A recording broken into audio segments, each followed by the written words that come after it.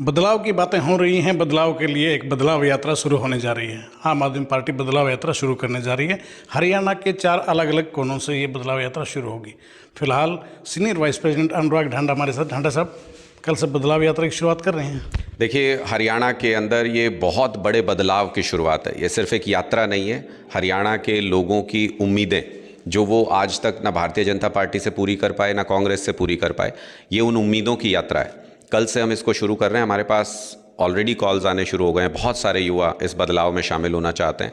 इस पूरे रास्ते पर बदलाव में बहुत सारे युवा शामिल होंगे। और क्यों शामिल होंगे, मैं इस पे भी चर्चा करता हूँ कि अब हरियाणा में ये चर्चा है कि पंजाब में 350% हमने शिक्षा बजट बढ़ा दिया, लेकिन हरियाणा में इस साल 17% शिक्षा बजट घट गया। 40,000 टीचिंग स्टाफ नहीं है हरियाणा के अंदर। स्कूलों की बुरी हालत है। 5 लाख रुपए फाइन लगाया अभी। शिक्षा प्रायोरिटी में नहीं है बीजेपी के, 9 साल हो गए। किसान इनकी प्रायोरिटी में नहीं है। राजस्थान में कहते हैं 2700 रुपये गेहूं के देंगे, हरियाणा के किसानों को नहीं देंगे। 450 रुपये में गैस सिलेंडर राजस्थान में देंगे। अब सरकार बन गई, देना चाहिए, मुझे तो लगता है वो भी जुमला था, लेकिन वहाँ दे रहे हैं तो यहाँ क्यों नहीं दे रहे? सीमा उसके बावजूद राजस्थान में बीजेपी आई है। मैं वही कह रहा हूँ कि ये चुनाव ये जो तीनों राज्यों के अंदर अगर आप देखें, ये जो जीत हुई है भारतीय जनता पार्टी की, मैं इसको भारतीय जनता पार्टी की जीत से ज़्यादा कांग्रेस के नकारा नेतृत्व की, कांग्रेस के कमज़ोर संगठन की, कांग्रेस की कमज़ोर रणनीति की हार मानता हूँ। क्या ये इंडिया गठबंधन कैसे चलेगा फिर? आप लोग भी हिस्सा हैं उसका और आपस में इतनी ज़बरदस्त कंट्रोवर्सी है। नहीं, कोई कंट्रोवर्सी नहीं है। जो कमज़ोर है जिस चीज़ में, उसको कमज़ोर कहा जाएगा। इसमें क्या कंट्रोवर्सी है? ये स्थिति को समझ के कांग्रेस पार्टी को अहंकार छोड़ के अब उनको ये देखना चाहिए कि ऐसे सहयोगी दलों का जो इंडिया गठबंधन के अंदर हैं, जिन्होंने भारतीय जनता पार्टी को बार बार मात दी है, टक्कर दी है ज़बरदस्त, उनका सहयोग लेना चाहिए, उनसे सीखना चाहिए। आम आदमी पार्टी इस वक्त उत्तर भारत में सबसे बड़ी पार्टी है। 2 प्रदेशों के अंदर हमारी सरकार है। कांग्रेस की 1 प्रदेश के अंदर सरकार बची है। आम आदमी पार्टी ने दिल्ली के अंदर 2 बार बीजेपी को सीधी टक्कर में हराया है। एमसीडी चुनाव में 15 साल के बाद बीजेपी की सत्ता को पलटा है। गुजरात में पहली बार में 6 महीने के अंदर टक्कर दे दी थी आर पार की बीजेपी को।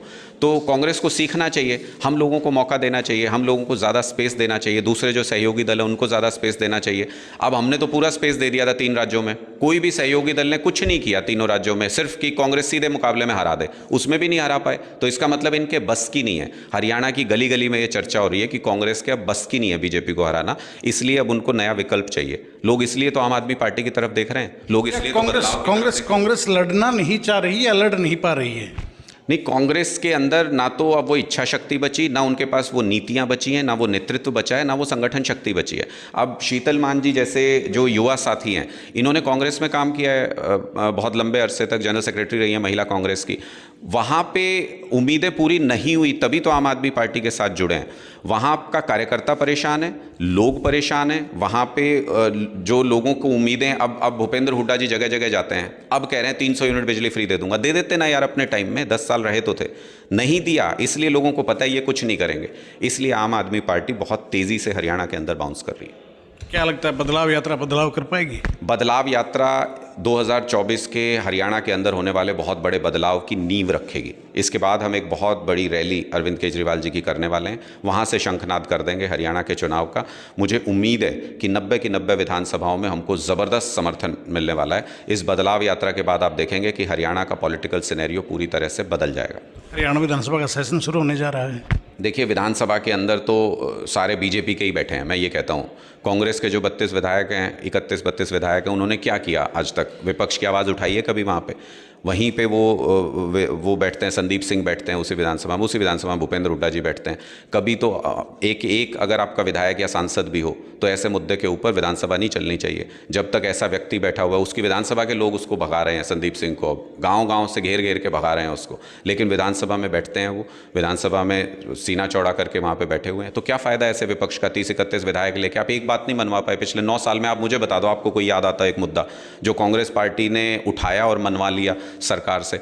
तो इसका क्या फ़ायदा 30-32 सीटें होने का?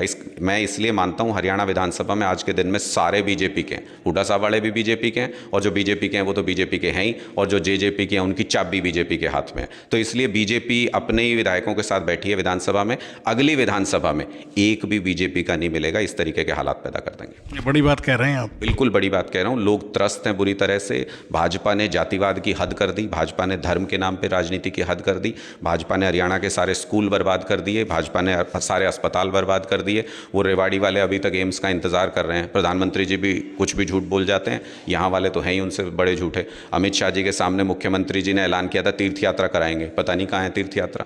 तो ये झूठे वादों से त्रस्त हो चुके हैं हरियाणा के लोग। अब उनको गारंटी चाहिए, और वो भी अरविंद केजरीवाल की गारंटी, असली वाली। वो क्या कहते हैं, नकलचियों से सावधान। ये गारंटी वाले दूसरे भी आ गए, लेकिन वो नकलची। कुछ राज्यों में जैसे भाजपा ने जो एक मैंडेट जो मिला है, उन्होंने कहा कि मोदी की गारंटी पर लोगों को भरोसा है। मैं कह तो रहा हूँ नकलचियों से सावधान। अभी पता चल जाएगा 450 में सिलेंडर मिलता है कि नहीं मिलता है। अभी पता चल जाएगा 2700 रुपये गेहूं के मिलेंगे कि नहीं मिलेंगे राजस्थान में। ये चुनाव से पहले जिसको गारंटी और वादा कहते हैं, भाजपा के जुमले निकलते हैं चुनाव के बाद। वो अरविंद केजरीवाल जी ने अगर कह दिया कि बिजली फ्री होगी, तो हमारे दोनों राज्यों के अंदर बिजली फ्री है। अरविंद केजरीवाल जी ने अगर कह दिया कि शहीदों के परिवार को 1 करोड़ रुपए सम्मान राशि मिलेगी, तो दोनों राज्यों में मिलती है। हम ऐसा नहीं करते कि राजस्थान में बीजेपी देगी और हरियाणा में नहीं देगी।